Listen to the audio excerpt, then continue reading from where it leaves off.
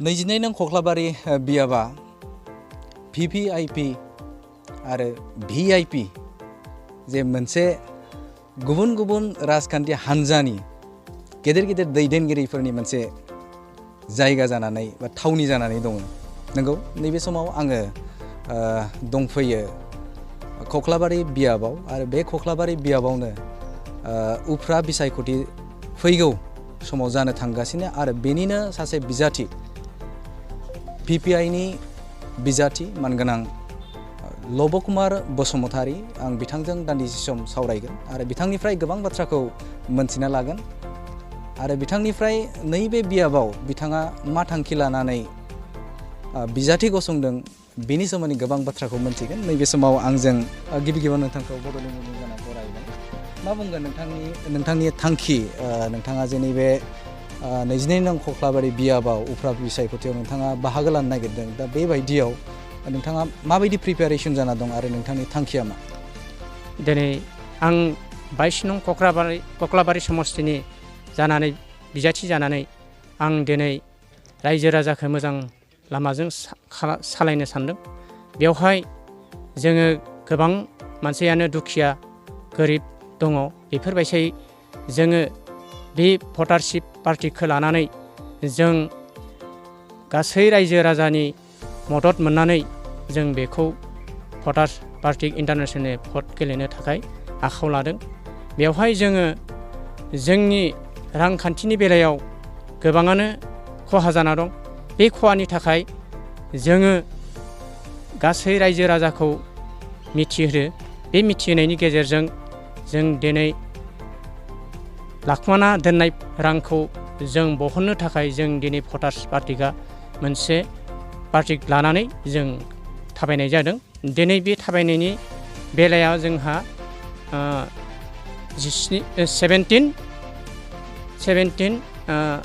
Years जाबाय आरो 17 बोसोर जाबाय। बे 17 बोसोर गिदिं दिनैसिमहालागै जों गिदिंबाय दं। बे खामानिया जाफुंनानै फैहां जाबाय दं। जों बेनि थाखाय बारग' माबानो थालांनाय मासि लांदां जानाय मासिनि MLA खौ दैखांना हरनायनि उनाव आंनि साननाया मोजां जायोबा आं गासै रायजो राजाखौ नायगोन होननानै आं सानदों आरो। बेवहाय नैबे 22 नं खख्लाबारि बियाबाव गोबां बिदिनो जिहेते UBPL राजखान्थि हान्जानि गोबां गिदिर गिदिर दैदेनगिरिया आरो BPF निफ्राय नायोब्ला गोबां दैदेनगिरिफ्रा बेवहाय बाहागो लानायखौ नुनो मोनदों।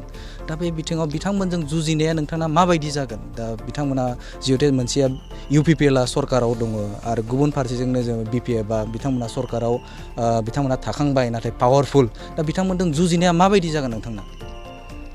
जोंनि बे जुजिनायनि बेलाया ओरैबायसा जादों। माने जों BPF बा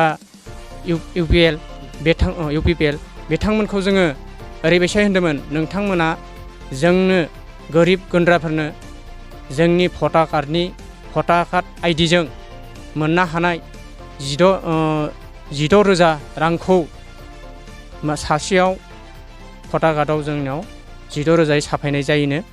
बेखौ जोंनो सरकारा 8,000खौ सरकारा लाथों आरो 8,000खौ पाब्लिकनो होनांगौ होननानै जों बेखिनि दाबिखौ दैखांगासिनो दं। दा बेवहाय नोंथाङा बुंदों दे 16,000 सरकारनिफ्राय इसु खालामो होननानै बुंदों। दा बेवहाय नोंथाङा माबोरै मिन्थिनाय जे 16,000 बेखौ सरकारनिफ्राय इसु खालामो होननानै बुंदों? दा बे बेलायाव नोंथाङा मा बुंगोन? माबोरै बियो जाथावना जे भारत सरकारा जे नैबे 16,000 रांखौ जे इसु खालामो होननानै नोंथाङा माबोरै मिन्थिनाय?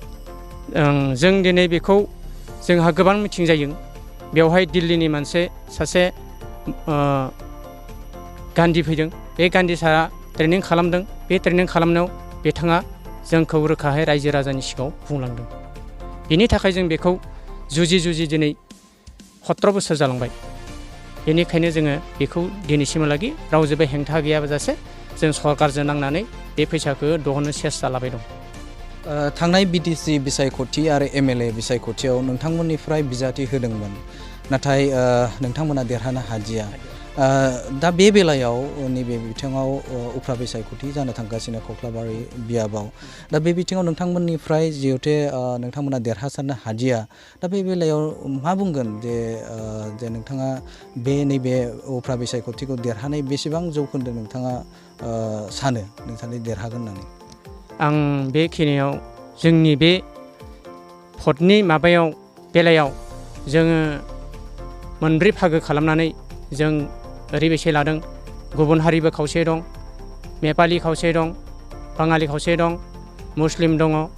बेखिनिखौ लानानै जोङो आं दिनै भटआव देरहागोन होननानै आं बेखिनिखौ बुंनाय जादों आरो।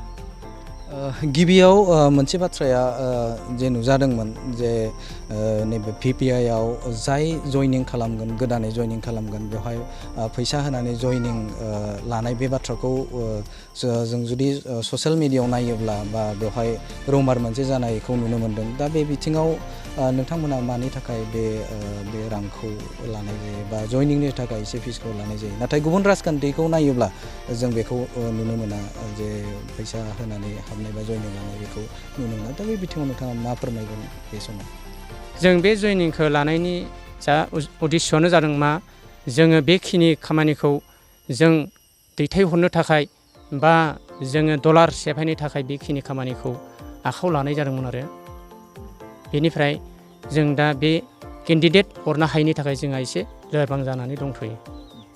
नोंथांनिफ्राय आं मोनथिनो लुबैगोन दा कख्लाबारि बियाबाव BPFनि गोबां दैदेनगिरिफोरा गिदिर मिरुनि दैदेनगिरिफोरा UPPLनिफ्राय गोबां MCLAफोरा आरो बेवहाय केम्पेइन खालामनो फैदो। दा नोंथांमोननिफ्राय PPIनिफ्राय बेवहाय सोरबाफोर मिरुनिफ्राय बा नैबे स्टेट लेभेलनिफ्राय बेफोरबायदि नोंथांमोननियाव फैदों नामा जे बा नोंथांनि जानानै बिथांमोना केम्पेइन खालामनो फैदों नामा?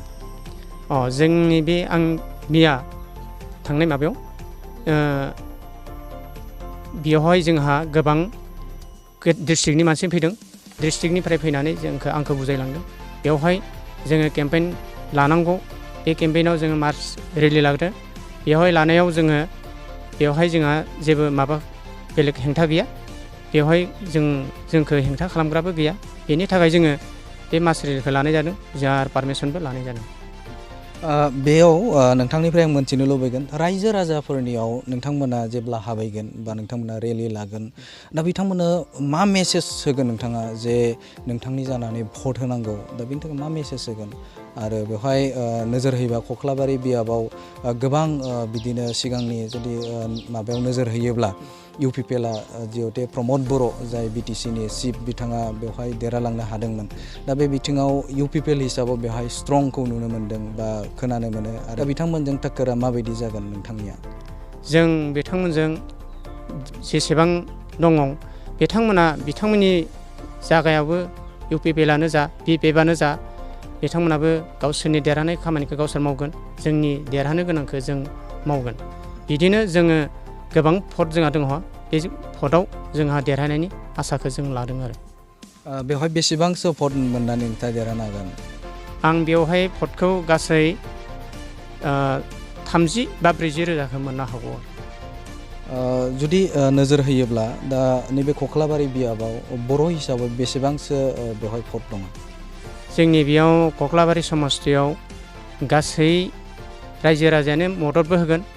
बेवहाय जोंनि पार्टियाव जइन जानाय दं।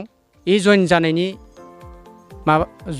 जानायनि लामाखौ लानानैसो जों बेखौ खामानिखौ आगान सुरनाय जादों आरो। कख्लाबारि हिसाबाव बेसेबांसो भट दङ? कख्लाबारि समस्थियाव गासै 72,416 दं। 16 बे भटनि माबाया दङ आरो जोंनाव।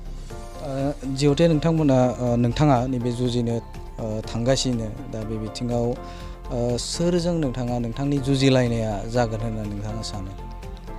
आंनि जुजिनायखौ आं डाइरेक्टहाय बिथांमोनजों आं डाइरेक्टहाय मोगा मोगिबो लायाखै आरो बिथांमोनजों जुजिनोखौ आं रावजोंबो जेबो माबा लायाखै। आं बारग'गोनखौ बा बारलांगोनखौ मिथिनो हानाय दङ आरो। नोंथाङा जुदि देरहागोन बा देरहागोना नोंथाङा बेसेबां जौखोन्दो फोथायो जे नोंथाङा देरहागोन होननानै? आं देरहानायखौ 48सो रोजायाव देरहानो हागौ होननानै आं सान्दों आरो। बेवहाय नैबे खख्लाबारि बियाबनि 22 नं खख्लाबारि बियाबनि रायजो राजाखौ नोंथांनिफ्राय माबाफोर खावलायनो गोनां दं नामा?